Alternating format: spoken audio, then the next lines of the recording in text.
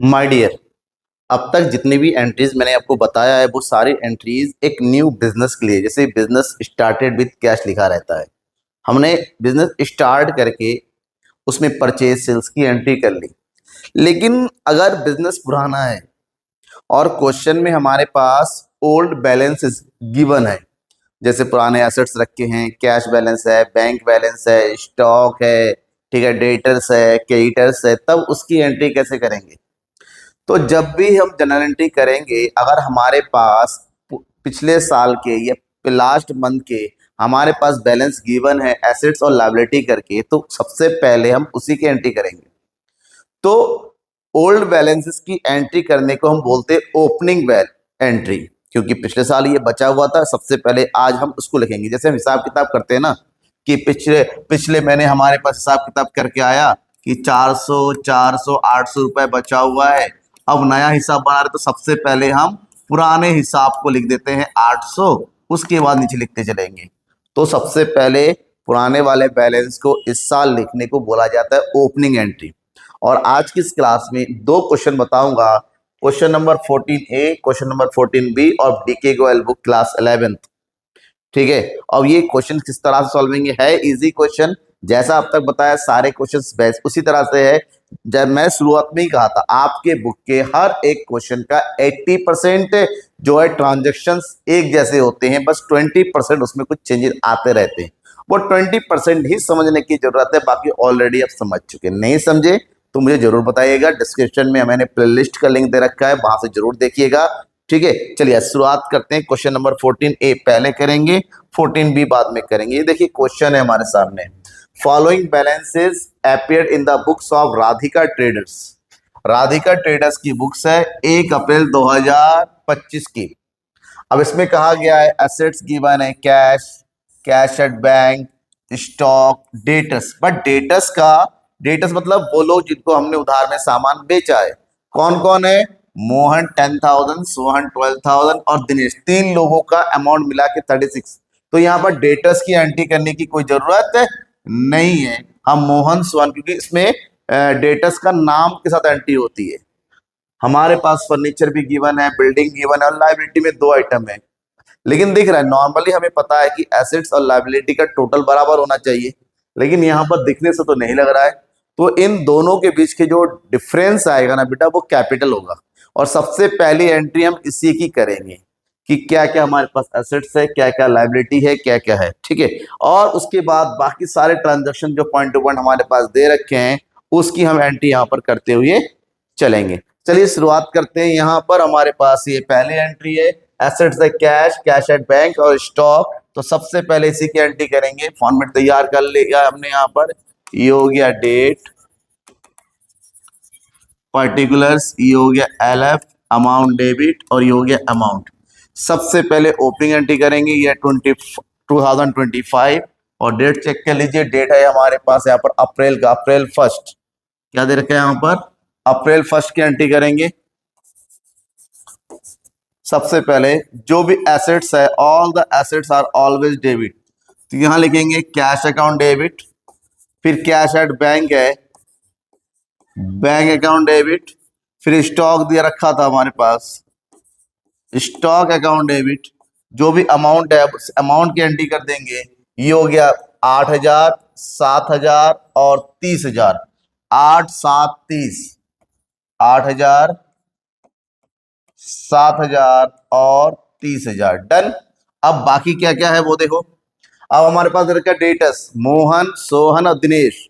मोहन का 10,000, सोहन का 12,000, दिनेश का 14,000। 10,000, 12,000, 14,000। Mohan, Sohan, Dinesh. Mohan account debit, Sohan account debit और दिनेश अकाउंट डेबिट। कितना कितना था?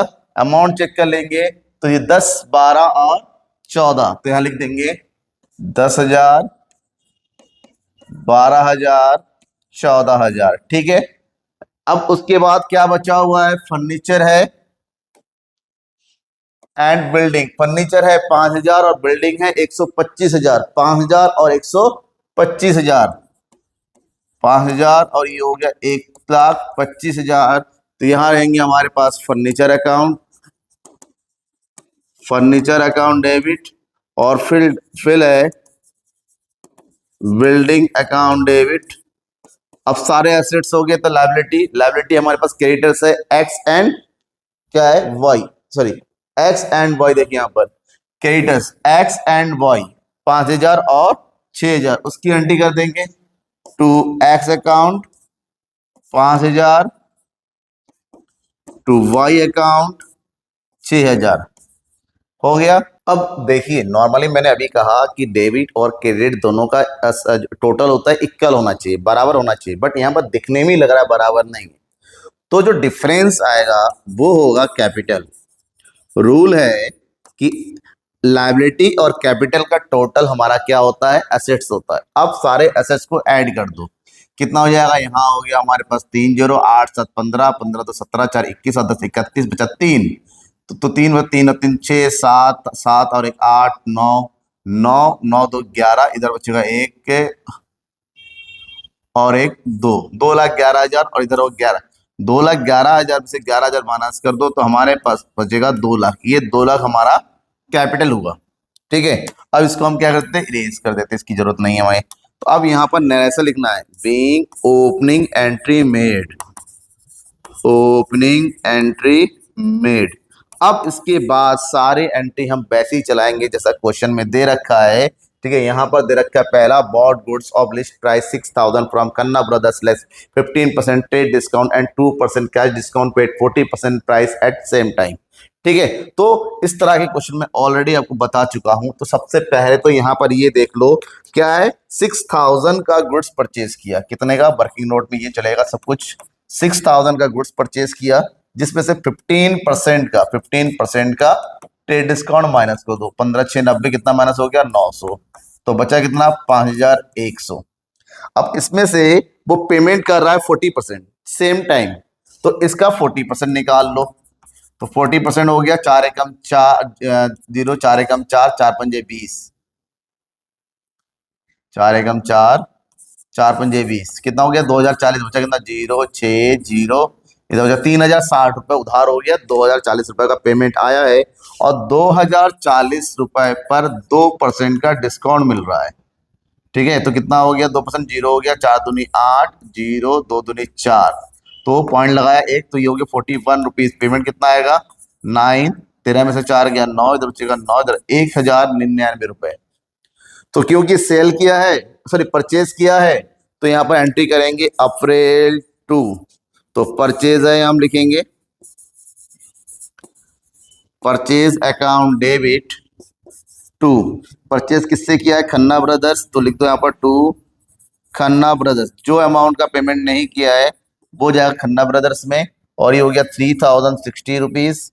जितना पेमेंट कर दिया भाई, चेक है क्या है, नहीं, यहाँ पर कैश है, तो लिखेंगे टू कैश अकाउंट। पेमेंट किया 1,999, और जितना डिस्काउंट मिला वो लिखेंगे discount received account, discount received account. और डिस्काउंट रिसीव्ड है हमारे पास 41 रुपीज। ठीक है, अब क्या कर दो, आप सबको ऐड करके इनका टोटल आ जाएगा यहाँ पर 5,100। हो गए, डन। लिखेंगे narration goods purchased, goods purchase. ठीक है, डन हो गया। अब इसके आगे के ट्रांजेक्शन देखो, इसको इरेज कर देता हूं मैं, इसकी जरूरत नहीं है, आपने नोट कर लेंगे यहाँ पर। अब इसके आगे ट्रांजेक्शन हमारे पास क्या दे रखा है, अप्रैल 3 receive a draft from Mohan in full settlement and deposit into bank. Mohan कौन, मोहन ये मोहन यहाँ पर है, जिससे हमें 10,000 रुपये लेना था, उसने हमें 9,750 रुपए दे रहा है फुल सेटलमेंट में। ठीक है, अब मोहन से हमें लेना है कितना, 10,000, और पेमेंट कर रहा है मोहन कितना, 9,750 रुपए। मैं बुक देख रहा हूँ क्योंकि बाबा पलटना सही भी नहीं है। ठीक है, और टाइम वेस्ट हो जाता है बहुत ज्यादा। यहाँ लिखेंगे अप्रैल 3, मोहन से पैसे आए हैं। ठीक है, वो भी ड्राफ्ट मिला है, ड्राफ्ट मतलब पैसा कहाँ जाएगा, बैंक में। तो we have to write here bank account debit, कितना पैसा मिलेगा, 9,750। तो 10,000 लेने थे, 250 रुपए कम मिला। इसका जब पैसा कम आता है तो लिखेंगे हम डिस्काउंट अलाउड। ये क्या हो जाएगा, discount allowed, account debit to payment किसने किया? मोहन ने, टू मोहन अकाउंट, और मोहन का पूरा 10,000 से अकाउंट सेटल हो गया। लिखेंगे draft received from Mohan, draft received from Mohan. ठीक है, अब बात करते हैं नेक्स्ट एंट्री। नेक्स्ट क्या दे रखा है? April 5 purchase goods from Suresh of list price of 8,000 at 20% trade discount, और उसको तुरंत पेमेंट किया। तो 8,000 का 20% कितना हो गया? 1600।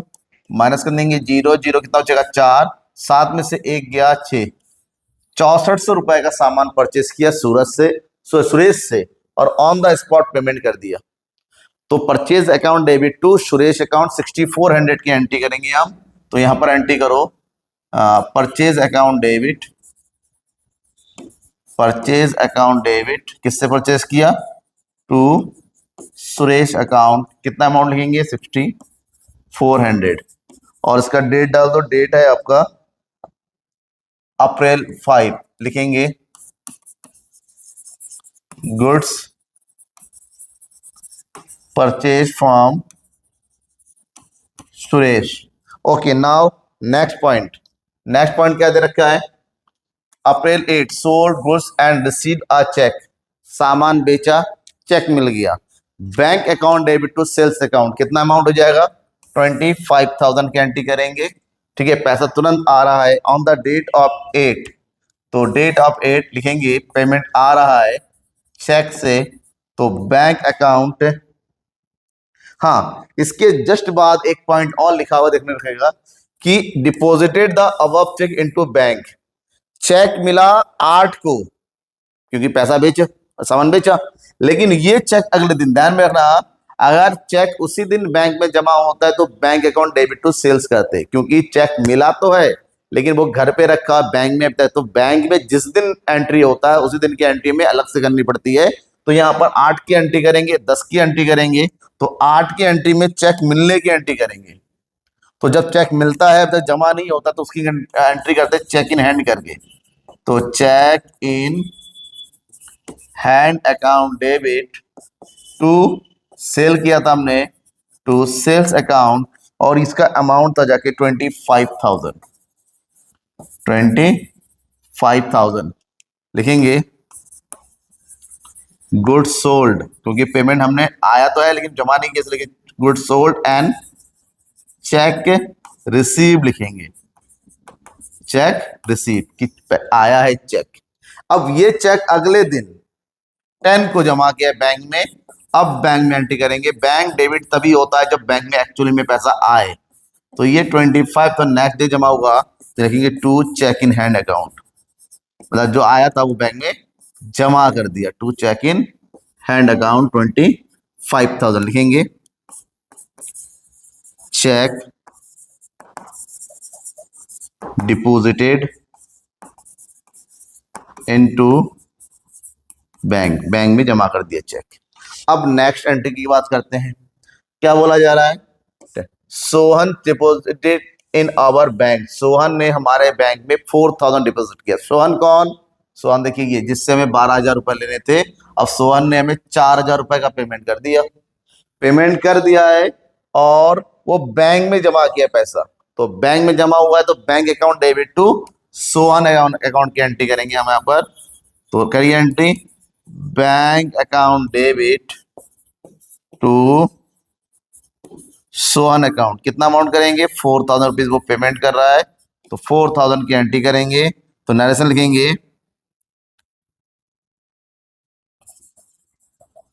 Amount received from Sohan. ठीक है, सोहन से पेमेंट मिला है, और ये हो गया 12 की एंट्री। इसके बाद नेक्स्ट एंट्री की बात करते हैं। ये हो गया, ये हो गया। अप्रैल 16 क्या बोल रहा है? Paid income tax by cheque. देखिए, इनकम टैक्स कौन सा टैक्स होता है? पर्सनल टैक्स होता है। कैसा होता है? पर्सनल टैक्स होता है। और पर्सनल टैक्स जब भी होता है उसके लिए अकाउंट ओपन करते हैं हम, ड्राइंग अकाउंट, ड्राइंग अकाउंट। तो यहां पर drawing is always debit, drawing account debit to bank account 5,600। ठीक है। तो एंट्री करो, यहाँ पर डेट हमारे पास दे रखा है 16, तो हम एंट्री करेंगे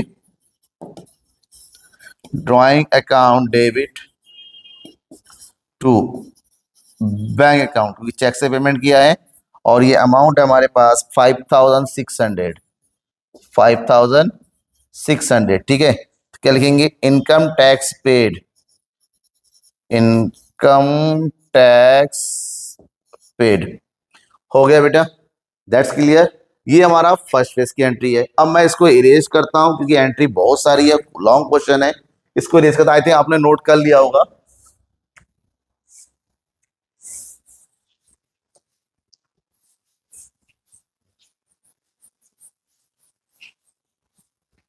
अब यहां पर आगे बढ़ते हैं, 16 तक पहुंच गए।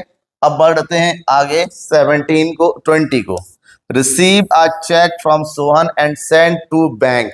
मोहन से पैसा रिसीव हुआ 7800 और उसको हमने डिस्काउंट दिया 2000, क्योंकि सोहन ने 4000 रुपए का पेमेंट किया था, अभी भी उससे 8000 रुपये लेना था, तो 8000 की जगह उसने 7800 रुपये दिया और 200 रुपये हमने छोड़ दिया। चलो कुछ तो पैसा तो मिला।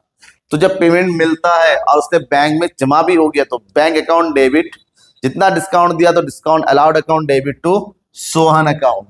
तो यहाँ पर एंट्री करेंगे नेक्स्ट डेट अप्रैल 20, पेमेंट आ रहा है, तो यहां एंट्री करेंगे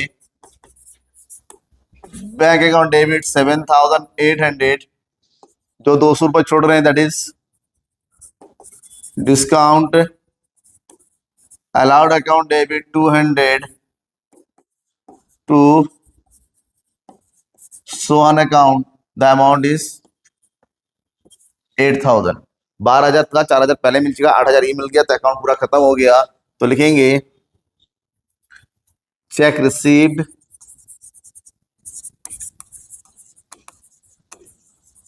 from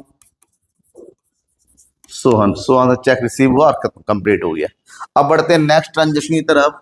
the next transaction is 21, withdraw from bank for office and for private. ये जो प्राइवेट होता है ना बेटा, the private is always drawing, और ऑफिस जब भी लिखेंगे तो ये होता है कैश।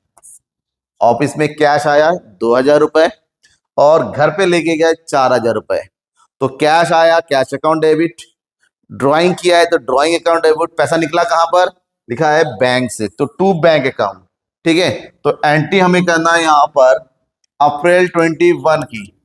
तो मैंने क्या कहा, ऑफिस में पैसा आया तो कैश अकाउंट डेबिट, और ये कैश कितना आया है 2000।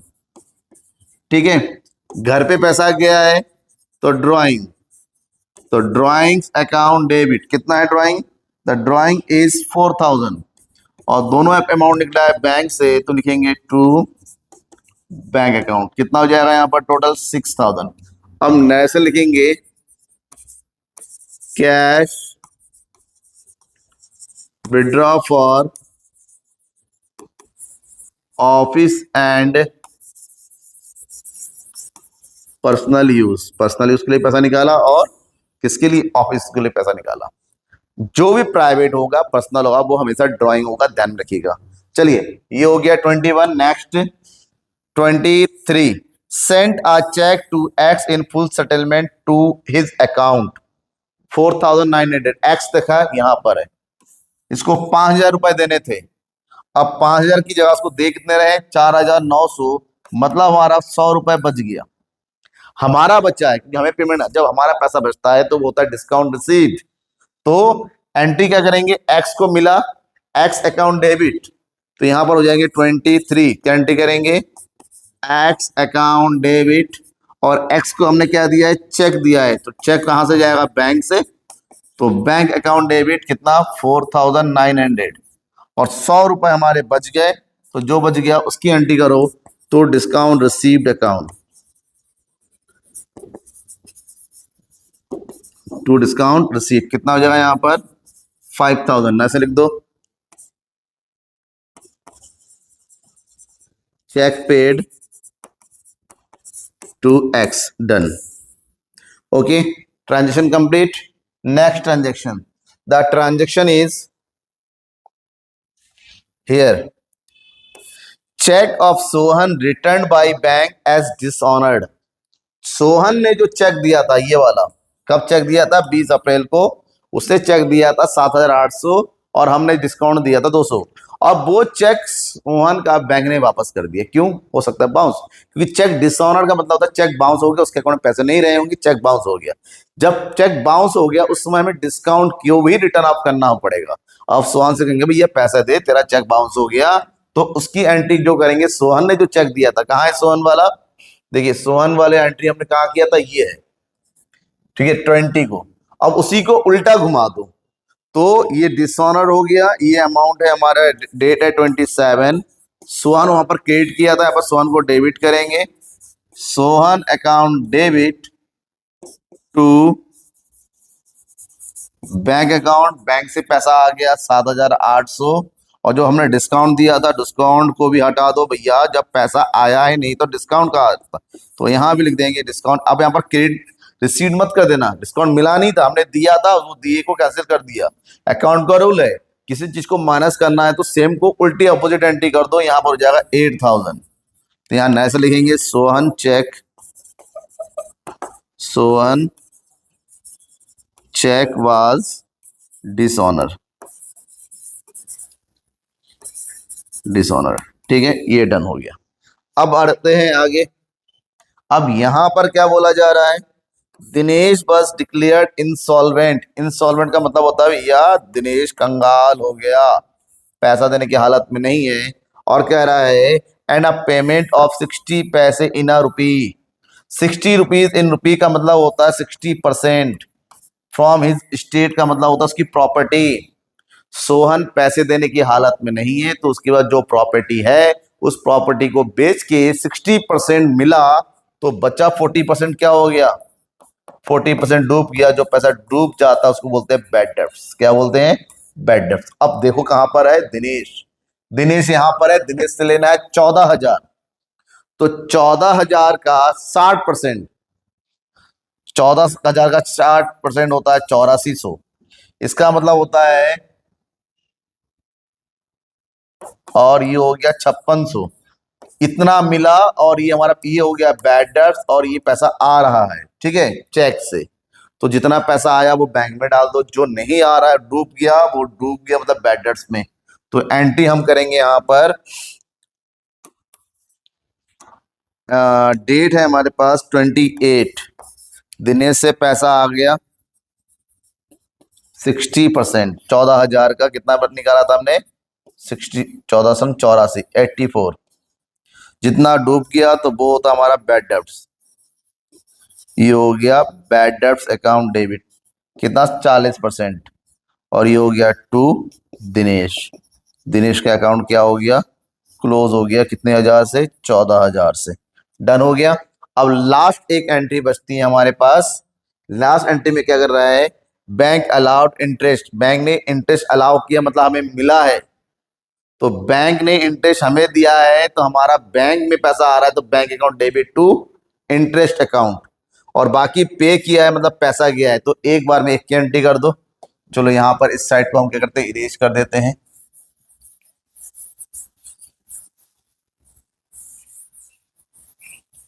ठीक है। अब डेट है 30, तो बैंक में पैसा आया है फॉर इंटरेस्ट, तो bank account debit to interest account. Interest account कितना पेमेंट आया? 350। यहां लिखेंगे 350, तो लिखेंगे interest received, interest received, interest receive हुआ। ठीक है। अब इसी के साथ साथ दो एंट्री और एक आ गया, rent, paid rent and paid travelling expense, both are expense. इसको कंबाइन एक साथ लिख दो। रेंट पे किया है तो रेंट अकाउंट डेबिट, दोनों ही चेक से पे किया है, तो ये हो गया 1500 का चेक। ट्रैवलिंग एक्सपेंसेस, ये हो गया travelling expenses account debit, the amount is 502। क्या पेमेंट पैसा दिया है? चेक से, तो टू बैंक अकाउंट, दोनों को ऐड कर दो 2000। ऐसा लिख देना expenses paid, expenses paid. Done.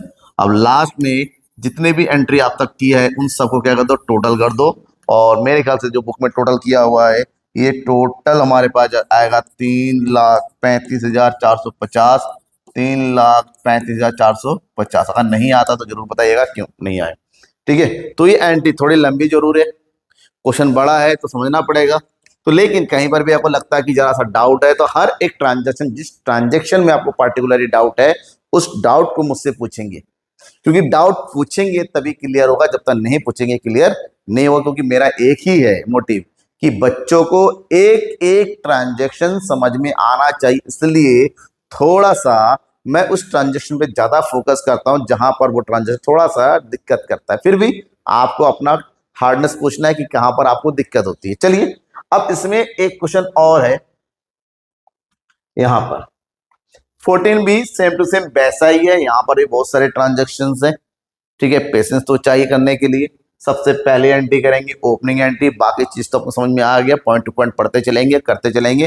चलिए स्टार्ट करते हैं। पहला है हमारे पास कैश दे रखा है 10,000, बैंक बैलेंस 16,000, फर्नीचर है, स्टॉक है, डेटस है राम का और श्याम का क्रेडिटर्स। तो एंट्री हम करेंगे यहां पर।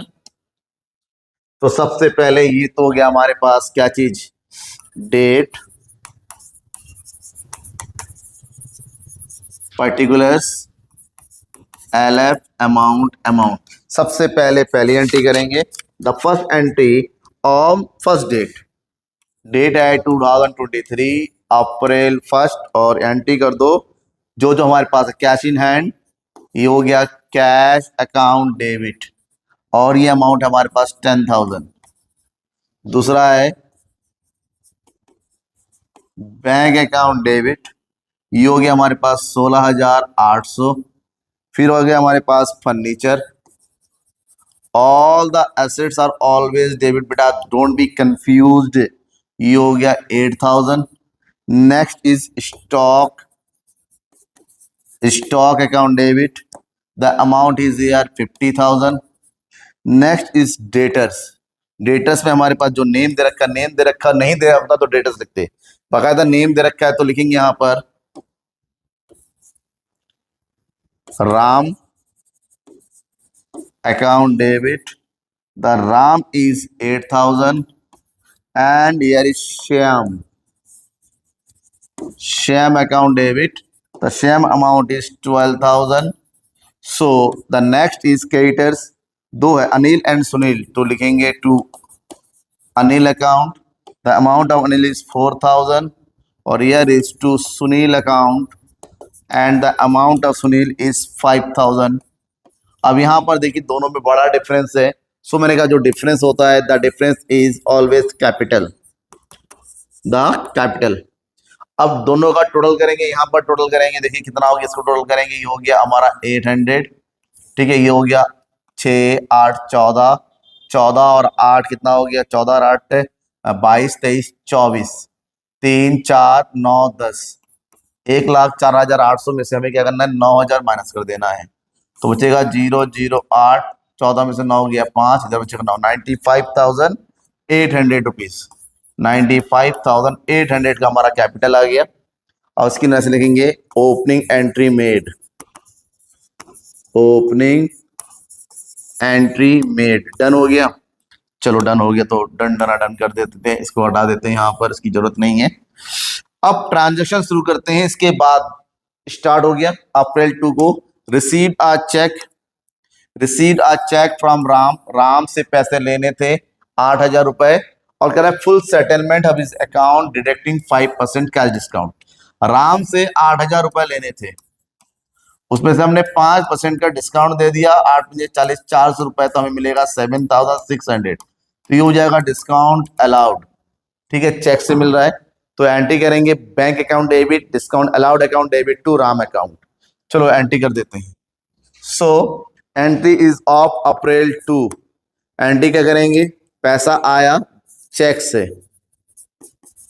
सो यार एक चीज ध्यान रखिएगा, कहीं चेक अगले दिन तो जमा नहीं हो रहा है, इस चीज पर ब्रो लिखेंगे। हाँ यहां पर लिखा 4, deposited the above cheque into bank, clear point लिखा हुआ है, deposited the above cheque, deposited the above cheque into bank, मतलब चेक आया है जमा अगले दिन हुआ है और जिस दिन चेक होता अगर अपने हाथ में ही रह जाता है उसको बोलते हैं चेक इन हैंड, जैसा कि पिछले क्वेश्चन में कराया था। तो यहां लिखेंगे हम चेक इन हैंड अकाउंट। ठीक है, तो लिख दो आप cheque in hand account debit. कितने का चेक आया है हमारा फुल सेटलमेंट में 5% माइनस करके 8000 में से 5% माइनस कर देंगे। अभी मैंने कैलकुलेट किया था, ईयर इज 7600, तो एंट्री करेंगे 7600, जो 400 माइनस किया था दैट इज डिस्काउंट अलाउड। ये हो गया discount allowed account debit. Payment किसने किया? टू राम अकाउंट, 8000 हो गया। नेक्स्ट लिखेंगे check received, check received from Ram, Ram से मिला। अब अप्रैल 4 को चेक जमा कर दिया बैंक में, सो एंट्री करेंगे हम यहाँ पर bank account debit to cheque in hand account, to cheque in hand. 7600 का चेक हमने अगले दिन जमा कर दिया, तो लिखेंगे cheque deposited into bank, check deposited into bank. Done हो गया। चलिए आगे बढ़ते हैं। यहां पर लिखा हुआ है April 5 goods purchase for 20,000, 10% trade discount और 5% cash discount, payment made by cheque. सारा पेमेंट हो गया। तो सबसे पहले तो 20,000 में से 10% 2000 माइनस कर दो, तो आएगा 18,000। अब उसका 5% माइनस कर दो, तो 5% 18×5 = 900, तो 18,000 में से 900 माइनस कर देंगे, आएगा 7,100। ये आ रहा है चेक से बैंक में, और ये 900 हो जाएगा आपका डिस्काउंट। परचेज किया है तो पे किया, सॉरी आया नहीं, पे किया है, तो ये हो जाएगा डिस्काउंट रिसीव्ड। तो परचेज किया है तो purchase account debit to bank account to discount received account. ठीक है, तो एंट्री कर दो यहाँ पर। डेट हमारे पास होगा 5, तो परचेज किया है, सो ईयर परचेज अकाउंट डेबिट। ठीक है, कितना था? 20 माइनस 10 दैट इज 18,000। जितना पेमेंट आया चेक से आ रहा है टू बैंक अकाउंट। ठीक है, 5% डिस्काउंट माइनस करके 18×5 17,100, और जो डिस्काउंट हमने दिया है दैट इज डिस्काउंट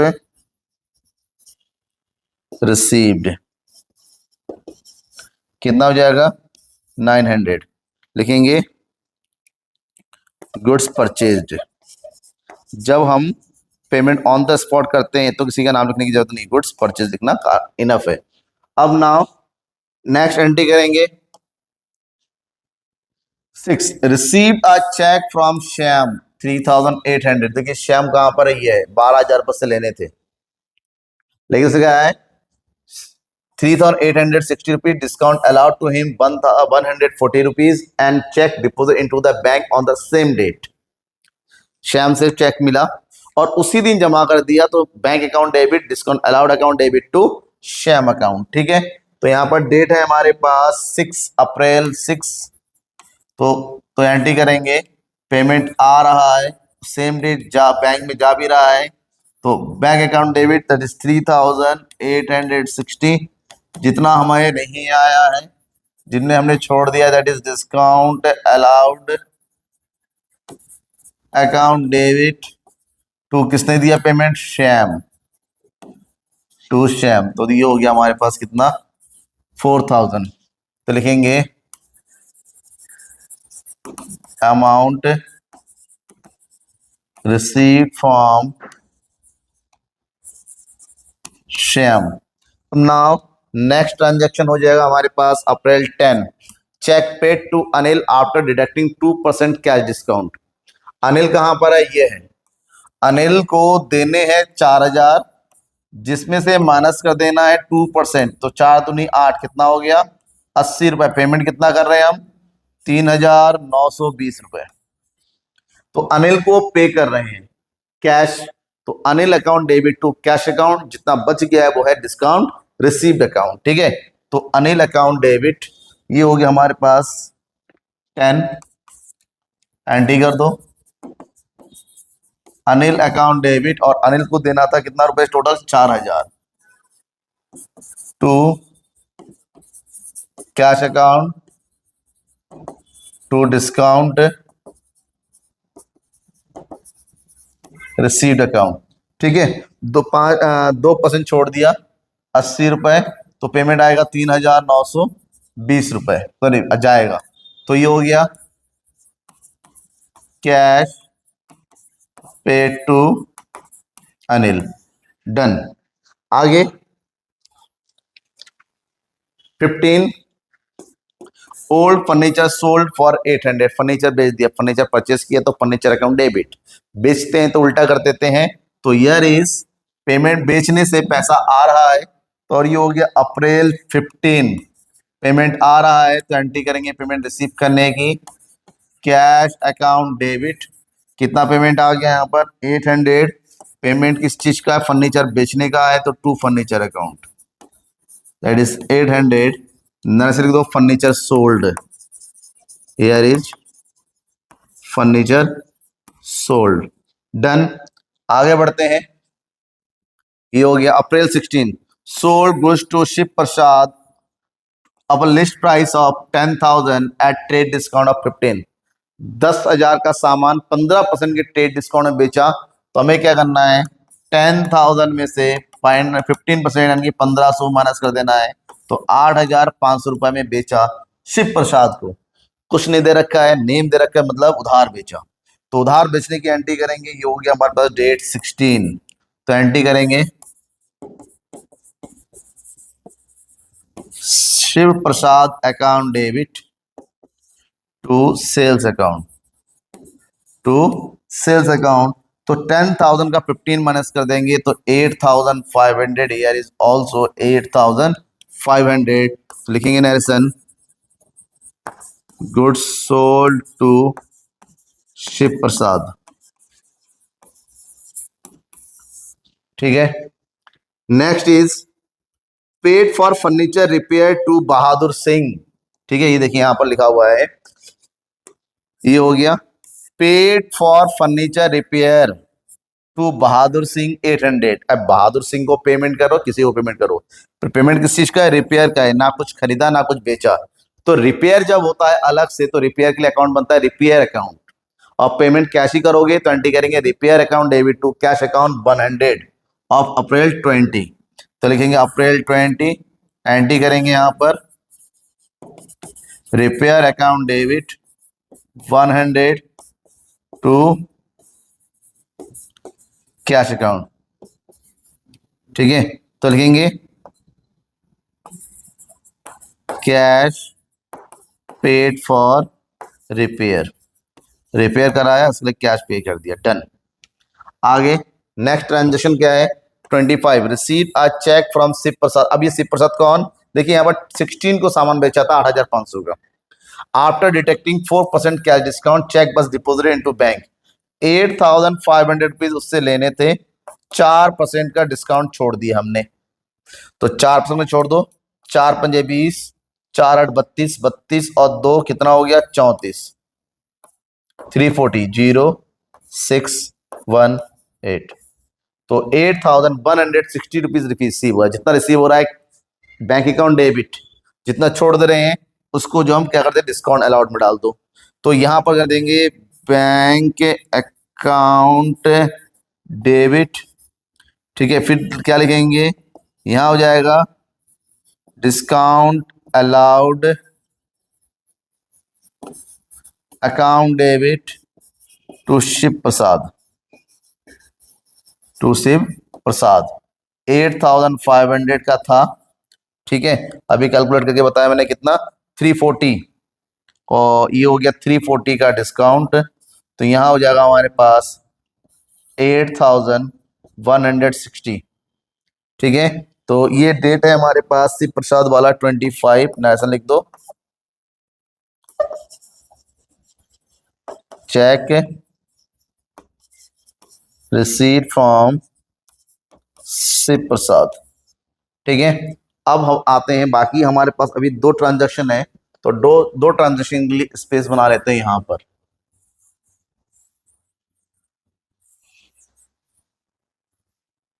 ठीक है, ओके। चलिए नेक्स्ट टू पढ़ते हैं। Bank charge 50 for bank charges. Bank charge account से कट जाता है डायरेक्टली, तो एंट्री करते हैं bank charges account debit to bank account, और ये डेट है 28, तो एंट्री करेंगे यहाँ पर bank charges account debit to bank account, और बैंक चार्ज कितना काटा गया है, 50 रुपीज। ठीक है, लिखेंगे हम bank charges paid, bank charges paid, okay. और लास्ट पॉइंट है रिसीव्ड कमीशन, रिसीव हुआ है।